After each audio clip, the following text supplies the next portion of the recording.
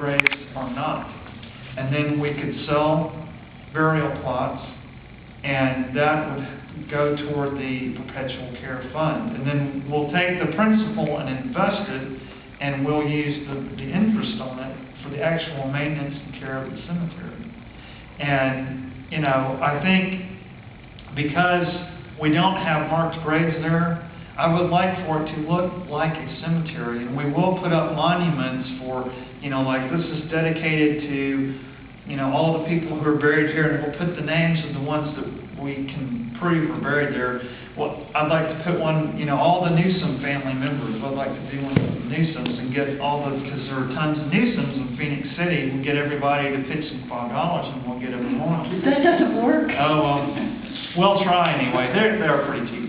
And, you know, I imagine the EDC and the STV will want to put up Confederate memorials, and we can deal with that. But, you know, I want to put just a monument. This is dedicated to all the mill workers, not necessarily, you know, just buried in the cemetery, but all of them, because, you know, the economy and the culture were built on, you know, their labor and sweat, and they didn't have a 40-hour work week and OSHA and child labor laws and all that. I mean, they were, you know, the whole family was working in that mill, and the folks down in Columbus and over in Somerville were getting rich off of their labor. Yes. So what I envision for that is getting Georgia Power or somebody to move a big, huge boulder, because, you know, they've blasted so much rock out of that channel. If we could find a nicely shaped big boulder and then have a plaque on it that's, you know, this is dedicated to the workers. But anyway, I see a lot of improvements like that to suggest more, hey, there's actually a cemetery here. But if we had actual people buried in the cemetery who, you know, we could... Who wants to be first? Well, I'm not in a big hurry. But, you know, and I don't know if we want to stipulate... late December, that's much possibility. I don't know if we want to stipulate you have to have a connection to a family that's buried there, or if we want to just make it open to anybody that's interested. But I think it would be good to try to open that up. I don't know what the laws are about that either. But that's another reason that I think we need to get a deed. Hey, we own it. Yes. We own that cemetery. But I want to get an actual deed and make sure that we have a legal documentation of that, so that we control what happens on that property. And then if we decide we want to bury people there, we can do it.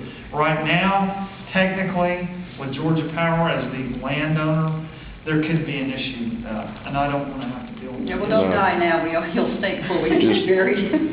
Just call me an old ignorant Alabama country boy, but if you get it protected and you get it proven with your facts that Georgia Power knew that this was a cemetery and everything, once it's protected and everything's set and forth, can you get Georgia Power to pay to rebuild the land back to the way it was, as long as it doesn't damage the original, what's left of the cemetery now?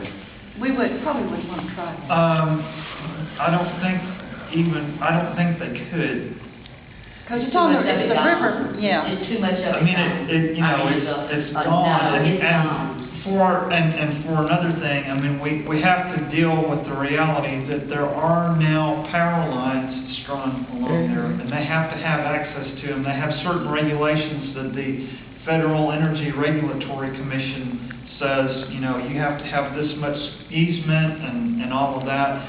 And they actually, in that 1991 letter, she said, well, you know, we can't do anything on the site without getting approval of the FERC, which I think that was just a bureaucratic stumbling block she's throwing in there. But there are certain regulations that they have to go by with all of that. So, for better or worse, Oliver Dam and Georgia Power are now our neighbors at the cemetery, and we're just going to have to work around that. Now that, on the south side of that dirt road, where they cut away for, I don't know why that's cut away, and Georgia Power says, well, the highway department did that when they put the bypass, and I don't believe that. But for whatever reason, when the Kennedy suggested, you know, that's an open space, we could put a picnic pavilion, We could put a little sexton's building, we could have restrooms, and then we could either have it fenced off or not. But, you know, we could enhance it so that it's more like a park that's part of the Riverwalk, because the Riverwalk is,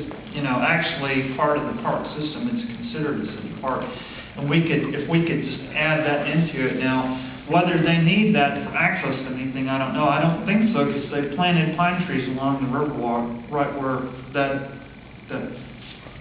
scraped away part meets the Riverwalk. And they've done that in the last couple of years. Yeah. But that was the flats where the motorcycles were most Right. of the time. Yeah. Original road come right down, there was a big old solid out on the other side. You know where the original road was? Yeah, I can